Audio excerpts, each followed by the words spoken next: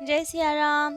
तो कल तक हमने अपनी प्यारी कथा रसिक श्री सीताराम जी को श्रवण कराया कि किस तरह नरसिंह जी तो आज बोलने लगे, सतत अब नाम जप करते, खूब कीर्तन करते, खूब आनंद रहता। उनकी दादी जी बहुत प्रसन्न कि जन्म से जो गूंगा बहरा लड़का था वे आज ठाकुर जी का नाम कीर्तन कर रहा है। खूब प्रसन्नता। अब वे घर आई, लेकिन ये क्या, भाभी तो उनसे अभी भी प्रसन्न नहीं और गुस्सा बढ़ गया उनका कि अभी तक कम से कम गूंगा बहरा था तो चुप तो रहता था, अब तो दिन भर नाम और रटता रहता है, कीर्तन करता रहता है, सर दुखा दिया हमारा। उन्हें वे पसंद ही नहीं।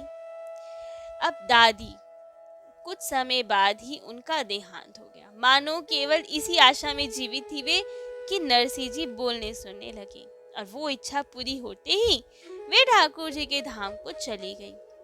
और यहाँ भाभी का अत्याचार तो बढ़ने लगा। जो नरसिंह जी के भाई थे, बड़े भाई वंशीधर जी, वे राजा के यहाँ थानेदार थे। मासिक 100 रुपये वेतन मिलता था। खूब घोड़े सिपाही थे उनके पास, खूब प्रतिष्ठा थी उनकी। परंतु इसी का अभिमान, अहंकार उनकी पत्नी दुरित गौरी के मन में था। बहुत कर्कशा तो वो थी ही पहले से, क्रोधावेश में रहती थी हमेशा। और अब ये अहंकार भी और था कि हमारे पति तो खूब प्रतिष्ठित व्यक्ति है, और उन्हें बचपन से ही कभी से भी नरसिंह जी नहीं भाते थे। उनके अत्याचार बढ़ते जाएं। अब तो भाई भाभी दोनों ही, भाई भी अपनी पत्नी के प्रभाव में, उसके माया जाल में, तो दोनों नरसिंह जी से बहुत काम कराते थे।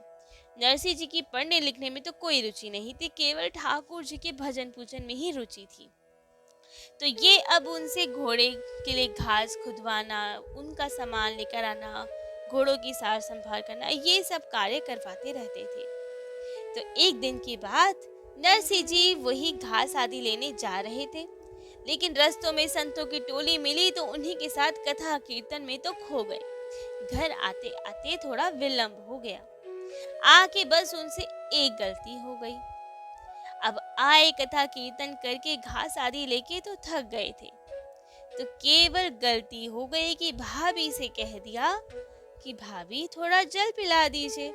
बस इतना सुनने की देर थी, तो अब तो भाभी का गुस्सा 7वें आसमान पर। उन्होंने तो बहुत फटकारा, इधर उधर डोल के आए हो और यहाँ मालिक की तरह हुक्म चलाते हो कि पानी पिलाओ। हम कुछ नहीं पिलाएंगे तुम्हें, ना जहर देंगे ना पानी देंगे, इन्होंने कहा। परंतु मैं तो घर का कार्य ही करके आया हूँ, घास लेकर ही आया हूँ। उन्होंने कहा, झूठा कहीं का, बहुत कमाई करके आए हो ना, कहीं भी जाओ, कहीं जो करना है करो, चाहे आग पियो चाहे पानी पियो, यहाँ से निकलो, सौगंध है तुम्हें अपने ठाकुर जी की, यहाँ से निकलो अभी। अब तो ये बहुत घबराए, ठाकुर जी की सौगंध दे दी तो कैसे रुके अब इस घर में। एक जल के पीछे इतनी बड़ी बात कहती, मेरे ठाकुर जी को बीच में ले आए। बहुत दुखी मन से चल दिए, ठाकुर जी का नाम आ गया, उनकी सौगंध आ गई। इस जल के कारण ही तो सब हुआ है ना, तो ना अब अन्न लूंगा ना जल लूंगा। अपने घर से चल दिए जंगल की ओर। वहीं से लगभग 12 कोस दूर जंगल पहुंच गए। वहां एक बहुत पुराना शिव मंदिर इन्हें दिखाई दिया, वहीं जाके बैठ गए। स्नान करके वन के पत्र पुष्पों से शिव जी का पूजन किया, उन्हीं के शरण में पड़ गए। अब यही तो इनके माता पिता है ना, तो जब बालक दुखी हो तो कहाँ जाए, अपने माता पिता के पास ही तो जाएंगे। तो अब वहीं पे पड़ गए भूखे प्यासे, केवल नाम सुमिरन कर रहे हैं, ठाकुर जी को याद कर रहे हैं, अपने भोले बाबा को याद कर रहे हैं कि आप ही सहारे हैं। अब तो भोले बाबा की शरण में आके इन्हें वहां के जंगली हिंसक पशु पक्षी किसी का भी भय नहीं, खूब प्रेम से उनके पास रहे। ठान लिया कि अब यहाँ से कहीं और नहीं जाना, सारे कर्तव्य हो चुके, अब जैसे ठाकुर जी की इच्छा होगी वैसे ही निर्वाह होगा। हम तो अब अपने भोले बाबा की शरण हैं, वही प्रेम से रहेंगे। कुछ खाना पीना नहीं, केवल ठाकुर जी का नाम जपना। कुछ खाए पिए बिना पड़े पड़े वहां 7 दिन बीत गए। अब तो पार्वती मैया के मन में चिंता। भोले बाबा से कहा, हम कैसे गृहस्थ हैं, कोई छोटा से छोटा गृहस्थ भी हो, गरीब से गरीब व्यक्ति भी हो, उसके यदि घर पे कोई आए तो कम से कम अन्न जल तो पूछता है ना। हम भी तो गृहस्थ हैं, हमारे दरवाजे ही हमारा बालक आया है, हम कैसे भोजन नहीं करवाएंगे। ऐसे ही छोड़ देंगे इसे? तब तो उनकी हालत देखकर भोले बाबा का मन पसीज गया। आते ही तो सर्वप्रथम नरसिंह जी की भूख प्यास को सर्वथा दूर कर दिया। उसके बाद साक्षात प्रकट होकर दर्शन दिए उन्हें। कहा, वत्स वर मांगो। अब नरसिंह जी हैरान कि भोले बाबा आए हैं। खूब प्रणाम किया उन्हें और कहा, बाबा मैं तो नहीं जानता कैसे वर मांगना चाहिए, मुझे नहीं आता वर मांगना, आप ही को जो प्रिय हो सोच समझ के दे दीजिए। बाबा ने कहा, आप बताएं आपको क्या चाहिए वही दिया जाए। तब नरसिंह जी ने कहा, हे भोलेनाथ, आपकी जो सबसे प्रिय वस्तु हो ना, जो आपको सबसे अधिक प्यारी हो, वही दे दीजिए। अब तो भोले बाबा हैरान माता पार्वती की ओर देखे। देखा आपका भोला भाला पुत्र कितना चतुर है, हमसे हमारी सबसे प्रिय वस्तु मांग रहा है, जिन्हें हम आपको भी बताने में थोड़ा घबराते हैं। ऐसी चीज मांग ली इन्होंने, अब हम वर दे चुके हैं, अब तो वो चीज हमें देनी पड़ेगी, वरना तो हमारी वाणी असत्य हो जाएगी। परंतु अब भोले बाबा ने विचार किया कि कोई बात नहीं, भक्त है ये, प्यारा सा बालक ही तो है, तो दे दी जाए। तब तो शिव जी ने अपनी सबसे प्रिय, उनके सबसे प्रिय तो ठाकुर जी का नाम ही है, उनकी भक्ति ही है, तो उन्होंने अपनी सबसे प्रिय ठाकुर जी की भक्ति ही नरसिंह जी को प्रदान की। श्री कृष्ण नाम तो पहले ही सुना चुके थे, अब उनकी भक्ति, उनके चरणों में और प्रेम प्रदान किया और नरसिंह जी का हाथ पकड़ के उन्हें वृंदावन ले आए। वहां पे उनको गोपी स्वरूप प्रदान किया और स्वयं भी गोपी स्वरूप में आए। अब वृंदावन में तो गोपेश्वर महादेव है आज भी, तो उस वक्त भी वहां रास चल रहा था शरद पूर्णिमा का, जिसका दर्शन भोले बाबा नरसिंह जी को करवाने लाए थे। स्वयं उन्होंने रूप धारण किया त्रिलोचना सखी का, और ये भी बनी नरसी अली। और वहां दिव्य स्वर्ण में रास मंदिर रंग बिरंगी हीरो से जड़ा हुआ। ब्रज की गोपियों के मध्य श्री राधा कृष्ण, खूब सुंदर नृत्य गान हो रहा है, वहाँ अद्भुत ध्वनि छा रही है। श्री राधा श्री श्याम सुंदर, बहुत सुंदर छटा बिखर रही है, चांदनी चमक रही है उधर। खूब ताली बजा बजा कर नृत्य राग की सुंदर गति चल रही है।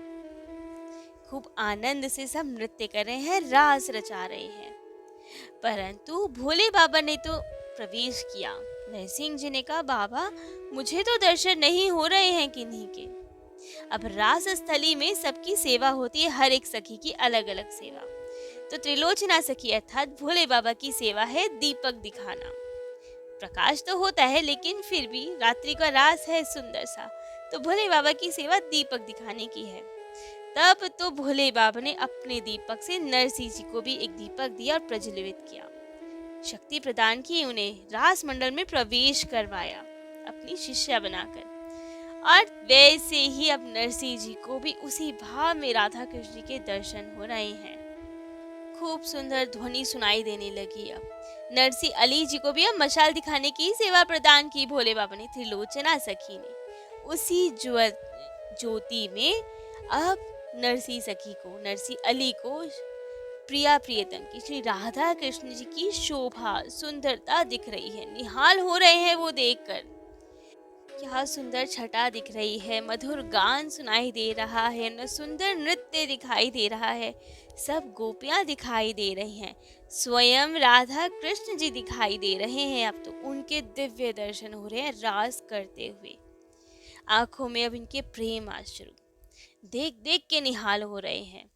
अब तो इन्हें इतनी चेतना भी नहीं रही कि मशाल दिखाने की सेवा थी तो वो प्रज्वलित थी, उसी की लपट इनके हाथ में लग गई, वस्त्र में लग गई, और जलते जलते पूरे हाथ की बाजू इनकी जल गई। वो आग जलती जा रही थी और इनको कोई सुध ही नहीं। ये तो प्रेम मग्न होके राधा कृष्ण जी के रास को देख रहे हैं। परंतु हमारी राधा रानी कहाँ किसी को छोड़े ऐसे। तो राधा रानी की दृष्टि पड़ी नरसिंह अली जी पे। कहा श्री कृष्ण से, अरे ये कौन सी सखी है। तब श्री कृष्ण जी ने बताया, त्रिलोचना सखी लाई है इन्हें, आज की नई पहली बार सेवा कर रही है ये मशाल दिखाने की। राधा रानी ने कहा, ये तो प्रेम में इतनी मग्न है कि इनकी बाह चल रही है, इन्हें पता ही नहीं। तब तो उनके प्रेम पे रीझ के अब श्री कृष्ण जी ने, राधा रानी ने त्रिलोचना सखी को इशारा किया कि ले आए इन्हें हमारी सेवा में। अब उन्हें सेवा में लेकर आई। उनके देखते ही बाह ठीक हो गई, जलना बंद हो गई। अब त्रिलोचना सखी तो नरसिंह जी को श्री राधे श्री कृष्ण जी के चरणों में समर्पित करके चली गई, और यहाँ चाह तो रही थी कि नरसिंह जी को भी ले जाए। नरसिंह जी जाना ना चाहे, उन्होंने कहा हमें तो यहीं अब जीवन समर्पित करने दो, वहाँ कुछ नहीं रखा, सब यही है मेरे, अब यहीं रहना है, यहाँ से नहीं जाना, अपने आप को यही निछावर करना है, प्राणों को निछावर करने हैं। लेकिन ठाकुर जी समीप आए, आकर समझाया उन्हें कि तुम यहाँ से जाओ, अब अपने वहीं पे उसी गांव में जाओ जहाँ तुम्हें भक्ति का प्रचार करना है। इन्होंने कहा ठाकुर जी ये ठीक बात तो नहीं, आपके इतने पास आकर भी वापस संसार में चला जाऊं, ऐसे कैसे हो सकता है। लेकिन ठाकुर जी ने कहा तुम्हारा जन्म तो भक्ति के प्रचार के लिए हुआ है ना, तुम्हें दर्शन हुए, क्या बाकियों को नहीं करवाओगे दर्शन, उनमें भक्ति का उदय नहीं करोगे। इन्होंने कहा कि वापस जाके माया जकड़ लेगी, सांसारिक माया बहुत प्रबल है ठाकुर जी आपकी, कहाँ मुझे प्रपंच में फंसा रहे हो, गृहस्थी में फंसाना चाह रहे हो, हमसे नहीं होगा ये सब। लेकिन ठाकुर जी ना माने, उनके आगे किसकी चले। उन्होंने कहा कहीं नहीं फंसोगे तुम, ना गृहस्थी में ना कहीं और, हम है ना तुम्हारे साथ सदा, सदा ध्यान रखेंगे तुम्हारा, कहीं नहीं फंसने देंगे। जब तुम हमारा स्मरण करोगे केदारा राग गाकर, तभी साक्षात आके दर्शन दूंगा तुम्हें, पूरी सार संभाल करूंगा, हर विपत्ति को मिटाऊंगा। लेकिन अभी वापस लौट जाओ, संसार को आवश्यकता है तुम्हारी, अभी भक्ति करनी है और करवानी है तुम्हें। तो अब ठाकुर जी ने अपना प्यारा पीतांबर, अपना मोर पंख इनको प्रदान किया। श्री जी ने, हमारी किशोरी जी ने, राधा रानी ने अपनी प्रसादी माला पहनाई इन्हें, ललिता जी ने करताल दी, तुलसी माला, तिलक सबसे विभूषित किया, कान में कुछ कहा, और त्रिलोचना सखी ने अपनी बात कही कि अब चलो जूनागढ़। यह सुन के नरसिंह जी बिना मन के स्तब्ध से हो गए कि क्यों जाना पड़ रहा है, मत भेजो ना अपने से दूर। ठाकुर जी ने अपना कर कमल इनके सिर पर रखा, कहा कि जाना पड़ेगा, लेकिन तुम चिंता मत करो ना, मेरी लीला, मेरी गुण श्रवण सब करो, वहाँ खूब लीला गायन करो, मेरे दर्शन होते रहेंगे तुम्हें, तुम्हारा प्रेम और बढ़ता जाएगा, वियोग से तो और मजबूती आएगी और प्रेम बढ़ेगा तुम्हारा, चिंता ना करो, जब तुम इच्छा करोगे उसी समय हम तुम्हारे पास आ जाएंगे, अभी केवल तुम्हें भक्ति के लिए ही धराधाम पे भेज रहे हैं।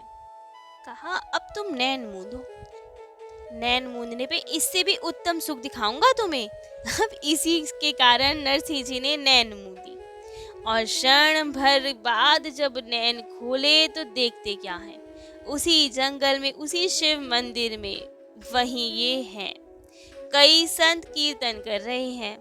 अब तो देख के बहुत व्याकुल, हाँ नाथ, हाँ रमन, हाँ प्रेष, हाँ महाप्रभु जी, तुम कहाँ हो, कहाँ हो, कहाँ हो, बस यही पुकारते जाए, इधर उधर दौड़ते जाए, मैं तुम्हारी एक दीन दासी हूँ, मुझे अपने पास रखो, मुझे अपने से दूर मत हो।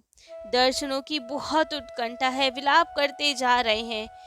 अब इतना रुदन देख के श्याम सुंदर वापस प्रकट हो गए, अपनी सुंदर झांकी दिखाई इनको। अब इनके मन में थोड़ा आश्वासन हुआ तो वे फिर अंतर ध्यान। अब ये सोचे कहीं मैं स्वप्न तो नहीं देख रहा हूँ, ये सब कहीं ये सब स्वप्न हो कि ठाकुर जी आ रहे हैं, जा रहे हैं, ये सब रासलीला देखी, हो क्या रहा है। परंतु फिर अपनी ओर ध्यान दिया, अपनी वेशभूषा देखी तो वो पीतांबर था इनके पास, माला थी। सब कुछ देखकर अब इनका भ्रम दूर हुआ कि ठाकुर जी सच में आए थे, मुझे दर्शन दिए थे, कहा है उन्होंने कि मेरे साथ रहेंगे तो सच में सदा रहेंगे। बार बार अपने मन को समझाते, हृदय में वियोग तो बहुत, विरह तो बहुत, लेकिन फिर भी नाम में लग जाते, सोचते बार बार कि हाय उस छलिया ने मुझे छल लिया है। वे संत पूछते भी कि इतने दुखी क्यों हो, लेकिन ये क्या बोले अपनी दशा, कैसे समझाए कि क्या लीला हुई है, कितना विरह है, ठाकुर जी से मिलन के बाद तुरंत बिछड़ना पड़ गया है, क्या दशा है इनकी, कितना रुदन करें ये। कि ठाकुर जी ने भेज दिया मुझे वापस धराधाम पे, लेके नहीं गए अपने साथ। बस ऐसे ही नरसिंह जी तो खूब विलाप विलाप कर रहे हैं और वहाँ संत खूब प्रेम से कीर्तन कर रहे हैं। कीर्तन सुन सुन के थोड़ा तो मन में सांत्वना आती है, शांत होता है, लेकिन वो विरह कैसे जाए, ठाकुर जी से बिछो कैसे सहन हो। तो अभी इसी स्थिति में हम नरसिंह जी को यहीं विश्राम देते हैं। इनकी आगे की कथाएं, लीलाएं, कैसे ये भक्ति का प्रचार करते हैं, क्या क्या लीलाएं और होती हैं ठाकुर जी की, ये सब हम अपने कथा रसिक श्री सीताराम जी को कल श्रवण कराएंगे। आज के लिए इतना ही। जय जय श्री सीताराम।